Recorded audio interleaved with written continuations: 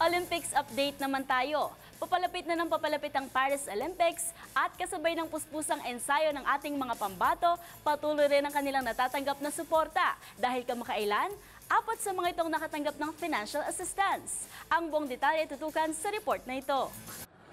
Nakatanggap ng financial assistance ang 4 na atletang Pilipinong magre-representa sa bansa sa paparating na 2024 Paris Olympics.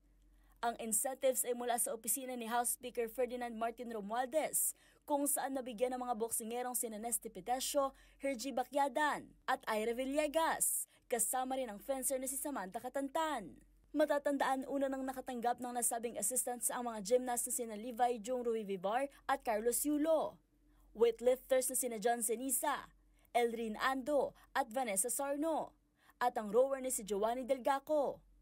Si Catantan ang first ever fencer since 32 years na nakapasok sa Summer Games, matapos nitong magpakitang gilas sa Asia-Oceania Zonal Olympic Qualifiers 2024. Ito rin ang unang Olympics na lalahukan nila Bacyadan at Villegas, habang ikalawa na ito para kay Petesio, matapos niyang makuha ang silver medal sa Tokyo Olympics noong 2021.